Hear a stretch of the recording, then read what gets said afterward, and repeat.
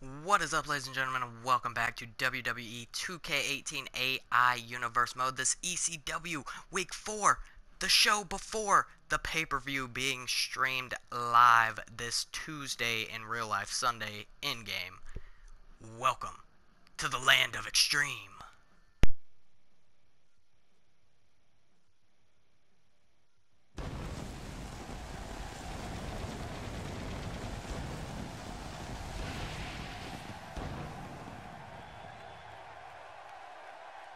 Welcome, everyone, and thanks for coming. Doesn't get any better than this. We're live from the Big Apple in New York City. How about that match card, huh? Stay tuned for all the action. And starting out the evening, and the card is amazing, people. Trust me when I tell you that. We have, for the first time, the women of ECW in fatal four-way action. We've got Mickie James versus Sanity's only member who hasn't been in action, Nikki Cross, versus one half of the Bella Twins, Brie Bella, versus the immovable object, Nia Jax. And it is anyone's ball game here to climb in the Divas Championship rankings. Yes, I had to go with the Divas Championship. I'm sorry. But here we go.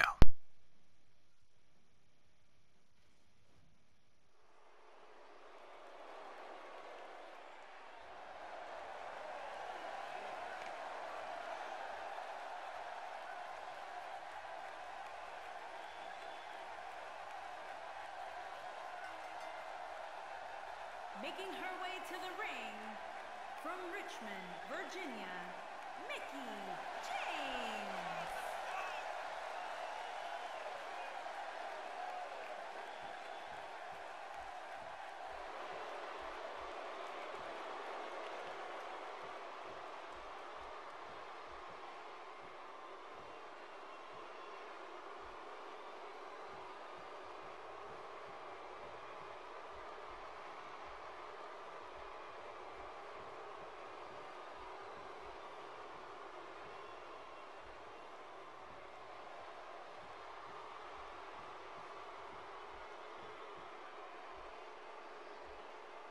And her opponents, first, from Glasgow, Scotland, Nikki Cross.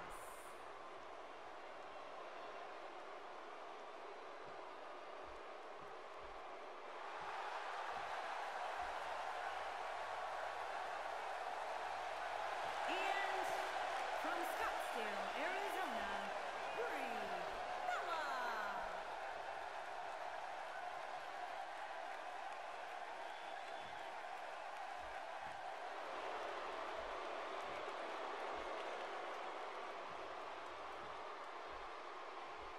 And from San Diego, California, Nia Jax.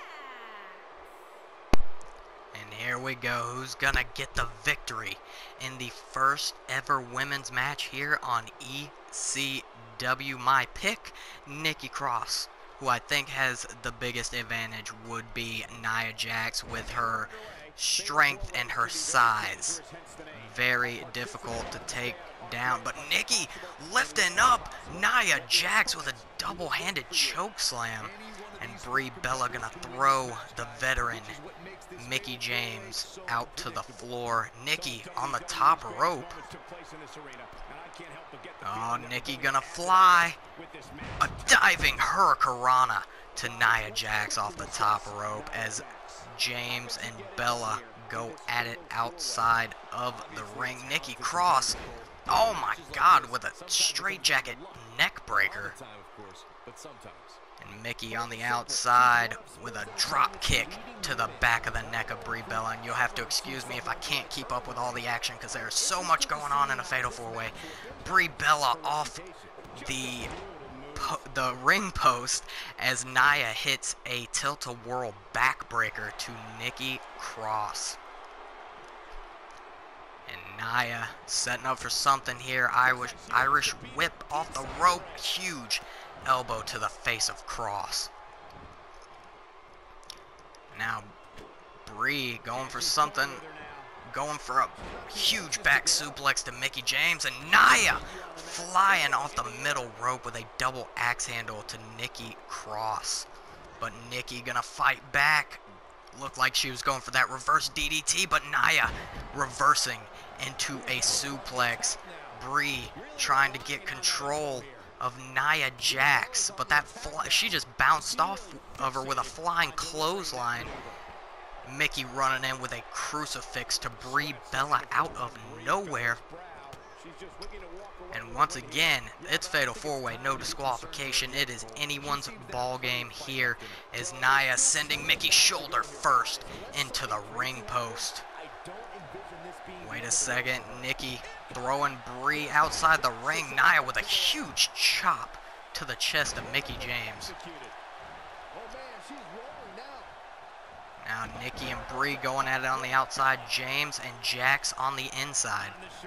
And Mickie setting up for a regal cutter. Beautiful as Brie Bella had Cross on her shoulders and tossing her onto the apron. But, oh, look at that.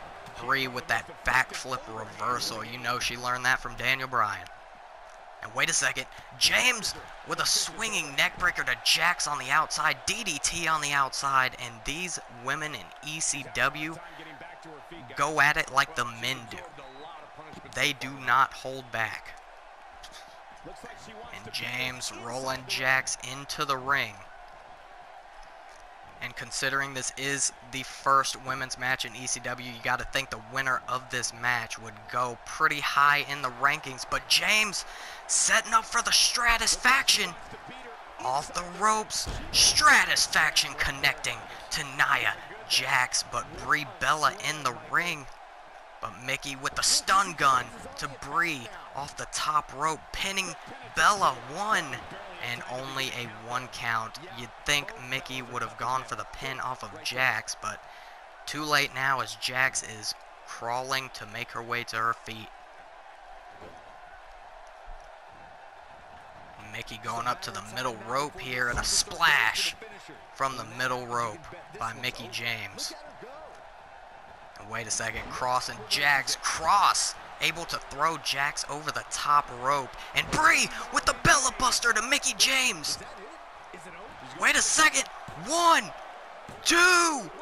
No, Mickie barely kicking out. Cross would not have made it in time if James did not kick out. But speaking of Cross, receiving a backbreaker from Nia. And now Brie off the middle rope with a drop kick. Oh, wait a second. Wait, Nia got Cross up with a huge slam. I don't even know what to call that, but it was brutal nonetheless, and I think Cross is out. Brie gonna try to capitalize. 1, 2.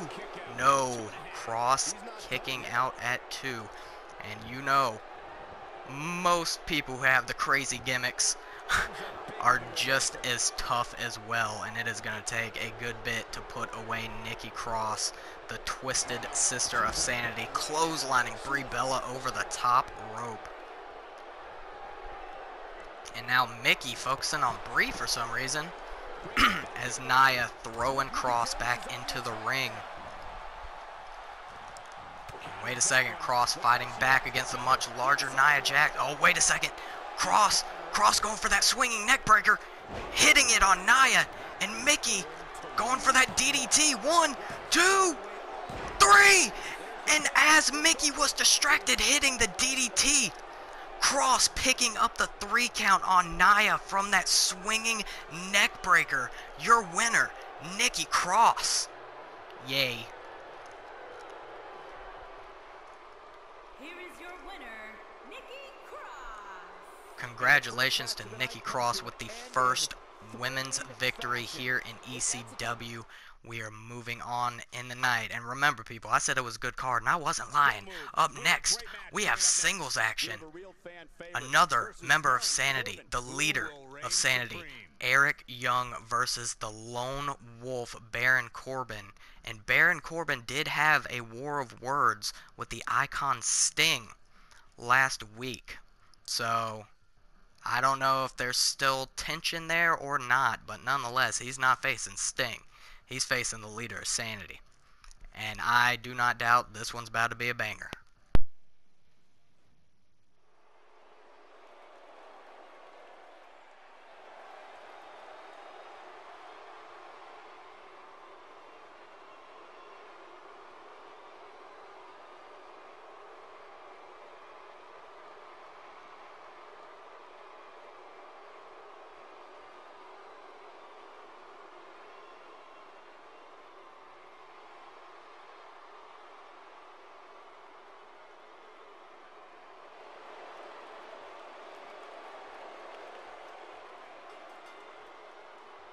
Making his way to the ring from Nashville, Tennessee, weighing in at 232 pounds, Eric Young.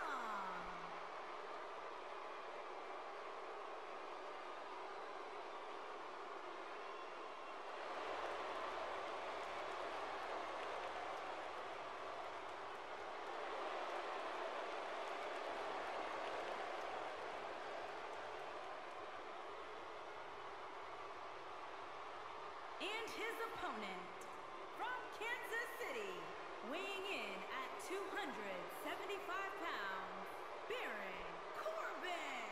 The low.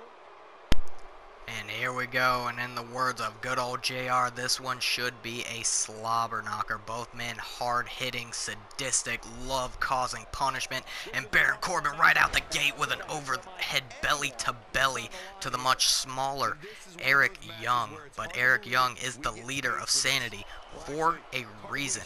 But can he overcome the Lone Wolf? And Baron Corbin gotta have balls getting in the face of a legend like Sting last week. And Corbin, oh wait, oh, it looked like he was going for that choke slam backbreaker, but Eric Young reversing into a flatliner. And wait a second, Eric Young with a corkscrew neck breaker to the much larger Baron Corbin. It is speed versus strength here in this match. Because as I said, both men hard hitting, so they have that one in common. And back and forth we go here, and Eric Young backbreaker to the Lone Wolf. And God, I hope in 2K18 his head shaved, although I hate the constable shit, it's stupid. Anyways, Eric Young landing a perfect shot and another perfect shot straight to the face of Baron Corbin. Young calling Corbin to his feet on the middle rope. And Young with a missile drop kick, leaping off that middle rope. And Young now taking it all in this sold out arena here in New York City. And Corbin with the quickness, another overhead belly to belly. Corbin getting Young to his feet. Just 3 straight punches to the face. Baron Corbin, a former Golden Glove champion, so he knows how to throw hands with the best of them. And Eric Young coming back with a shoulder block, fighting back against the Lone Wolf. Wait a second, Young looked like he was going for a belly-to-belly of his own. And now Corbin lifting Young up, but Young with a knee strike to the head. I think Corbin was going for that Falcon Arrow, but oh wait a second, Young with a running, tossing powerbomb to strength, and I think he is going for that heat-seeking elbow here, and he is. Oh, and he missed it. Young never misses that elbow.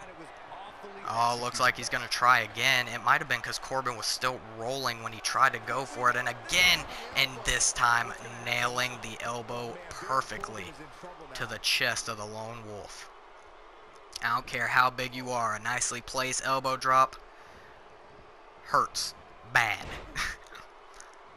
Now Young with the elbow strikes to the trap muscles of Baron Corbin.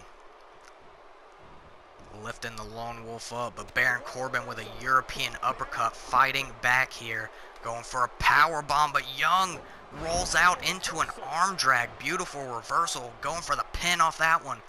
1, no. Baron Corbin kicking out at 1. And Young gets in control a lot, but he cannot maintain control of the Lone Wolf. Wait a second, deep 6 to Eric Young. And, oh, I think Corbin getting some momentum behind him. He's feeling it. He could be going for that end of days, but no, Young fighting back here. And Young lifting Corbin up for the leaping pile driver. And that could be it for the Lone Wolf. Dropped right on his head. 1, 2. No! Baron Corbin kicking out of the pile driver. And I give Corbin all the credit in the world for that one.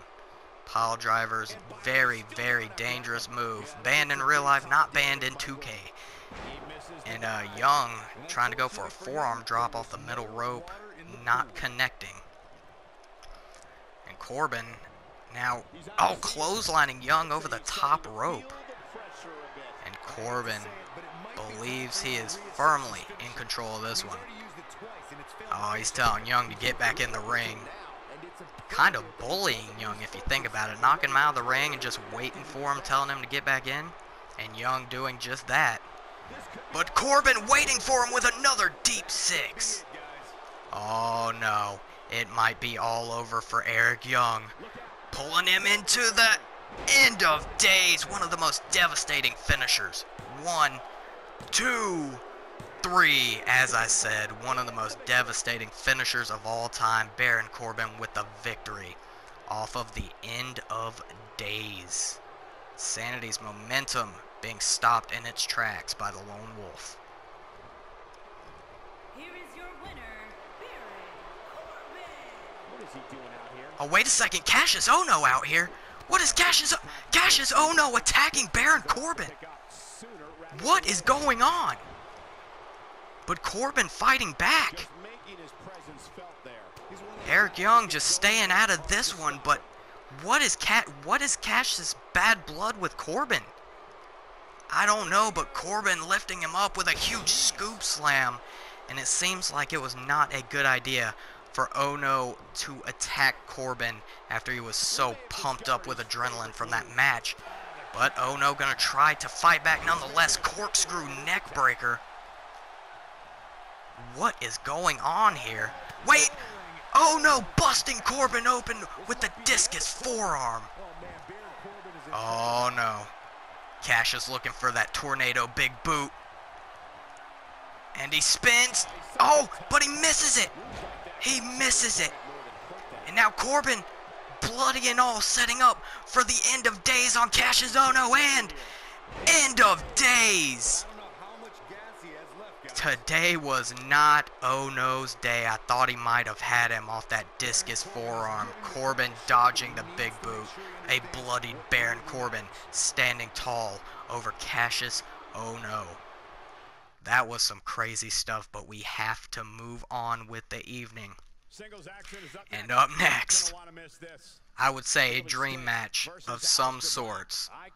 It is the Icon Sting versus the most metal motherfucker, excuse my language, in WWE today, Aleister Black. Old school, new school. Who's gonna come out on top? I am excited for this one.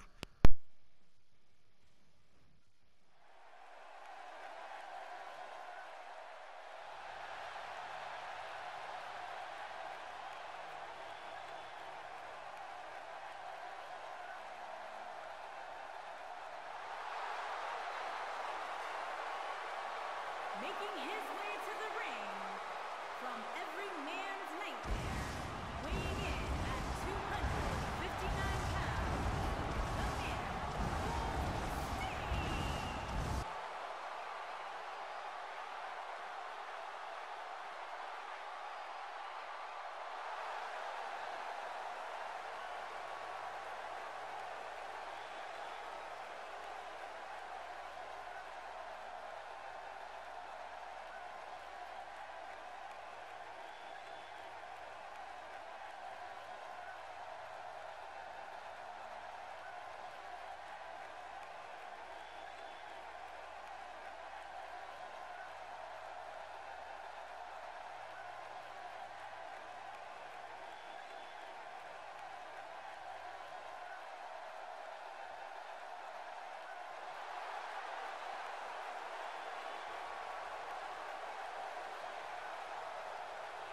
opponent, weighing in at 206 pounds, Aleister Black. And here we go. It's the veteran, the icon Sting. But will Aleister make Sting fade to black? And Stinger coming out the gate with a huge DDT to Black. I did not expect that sort of speed out of Sting. I would suspect Aleister to have the speed advantage. Wait a second! Already! Oh my god, already Tombstone! Stinger looking to end it early here. Oh my god, already. Is this gonna be a squash match? Aleister Black! Wait! And the Scorpion Death Drop! And I think it might be over already! Sting putting his foot down. 1, 2, 3, and Aleister Black losing to Sting within, I don't even know, like 30 seconds. Oh my god. And you know Sting's gonna have to ride some momentum after that one. Here is your winner, the man called Sting. And Baron Corbin, I don't know if you want to continue this feud or not, but I think Sting just sent a message to you, Lone Wolf. But nonetheless, moving on in the evening after that 30-second match, we have, in my opinion, in my personal opinion, and a lot of other people's, the greatest wrestler of all time, the phenomenal AJ Styles versus the Devil, NXT's most hated superstar, now maybe ECW's most hated, the Psycho Killer Tommaso Ciampa.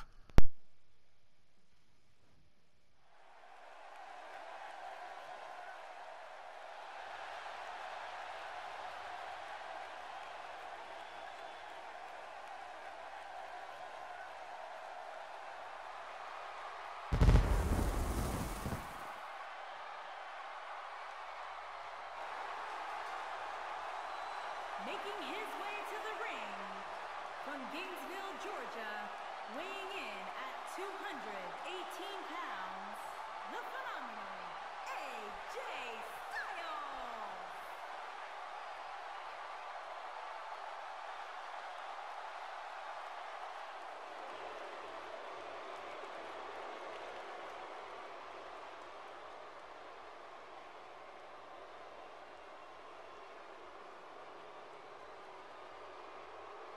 And his opponent, from Milwaukee, Wisconsin, weighing in at 195 pounds, Tommaso Ciampa. And here we go, and this match should be a damn good one. Both men with that indie style of wrestling, the greatest style of wrestling, might I add. Here we go. Oh, I thought it was going to be a lockup, but Ciampa trying to... No, wait. Yes, lifting AJ for a huge suplex to start off this match. And Ciampa and AJ, I would assume, are about equal with strength, but both are huge strikers, as Ciampa shows that right there, all about the knee strikes. AJ, phenomenal forearm, and Ciampa off the middle rope with the front missile drop kick, AJ avoiding it. Speaking to his people, he was really optimistic about And his chances, but from what in I've many seen so people's far, eyes, it will be Ciampa as the underdog here, but I do not doubt Ciampa one bit. AJ up to the top, though. Calling Ciampa to his feet. What is the phenomenal one going for? Just a straight chop off the top rope. May not wanting to risk too much too early in the match. Now AJ staying in control. Ciampa started out in control and has had trouble ever since. Off the ropes, Ciampa going for a clothesline. AJ, oh my god, turning Ciampa inside out. The phenomenal one with a lariat to the Psycho Killer. And now AJ repeated elbow drops to that thigh muscle, probably setting up for that calf killer submission. he just has to make sure this doesn't get too out of hand for him. Now, oh my god, AJ lifting Ciampa. Bloody Sunday, Jesus Christ. And AJ with the too sweet and firm control of Ciampa. at the moment. Now lifting him to the top. What, AJ, what are you doing? Oh my God, no. Lifting him up. And the superplex. Good God. Ciampa's back might be broken after that one. 1, 2, no. Ciampa still got more in the tank. Oh, wait a second. Yeah, he does, because he is fighting back with a huge forearm off the jaw of AJ Styles. Irish whip. Oh, a huge knee strike straight to the face. But AJ immediately getting back up, not letting Ciampa maintain control. Rolling into... No, is that a rope break? No, he's got the calf crusher. That is not a rope break, says the ref. But Ciampa managing to escape. AJ not letting this man get in control. Oh, no. AJ's looking for it, and if Ciampa doesn't do something, it is all over. Off the rope, phenomenal forearm to the Psycho Killer. And I think Ciampa is done. Yes, AJ getting the 3 with the phenomenal forearm. And everyone expected that.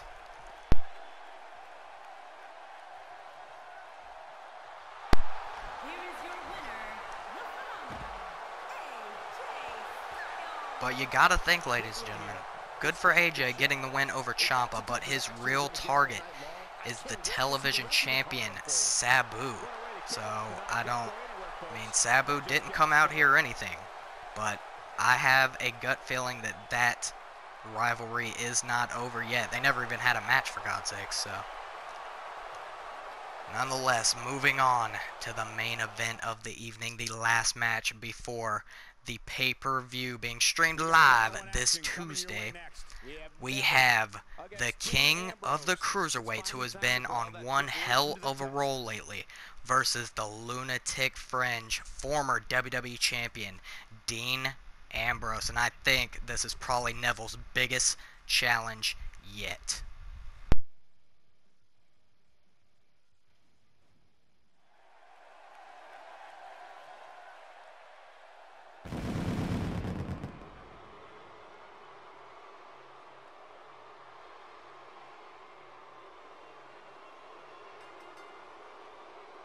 Making his way to the ring, from Newcastle upon Tyne, England, weighing in at 194 pounds, the king of the cruiserweights, Neville.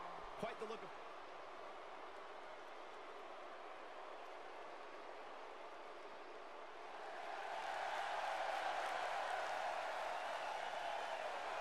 And his opponent, from Cincinnati, Ohio, weighing in at 225 pounds, Dean Ambrose. Here we go, king of the cruiserweights, lunatic fringe, and this match should be amazing here. And might I add, Dean Ambrose would fit in perfectly. Oh God, with a Frankensteiner right off the bat. Dean Ambrose would fit in perfectly in the original ECW. Or actually, not Dean Ambrose, Jon Moxley. Anyways, we got Dean Ambrose here as he hit a snap DDT to Neville. Going for a quick pin off that. No, Neville has been riding huge waves of momentum lately. He is not going to go down like that. And they tie up Neville with a headlock to the lunatic fringe. And though Dean is crazy, he does know some technical wrestling. Oh, a twisting elbow strike. Beautiful by Dean. Very smooth. Now Dean was going for another DDT, but Neville had that one scouted, lifting Dean up, and a fucking sit-out F5. That's what I'm always going to call it. That is so a sit-out F5. But nonetheless, Neville to the middle rope. Wait, oh my God, Phoenix splash from the middle rope, and that is why Neville is king of the cruiserweights. Picking Dean up. What does Neville have in mind now? Oh, Japanese arm drag, and Dean rolling to the apron. Gonna try to catch his breath as Neville is on fire as usual. I don't know what Dean can do to put a stop to that. Well, there's one thing, kicking Neville right in the face. But Neville kicking Dean right in the gut. Wait a second. Neville lifting Ambrose for a sit-out powerbomb.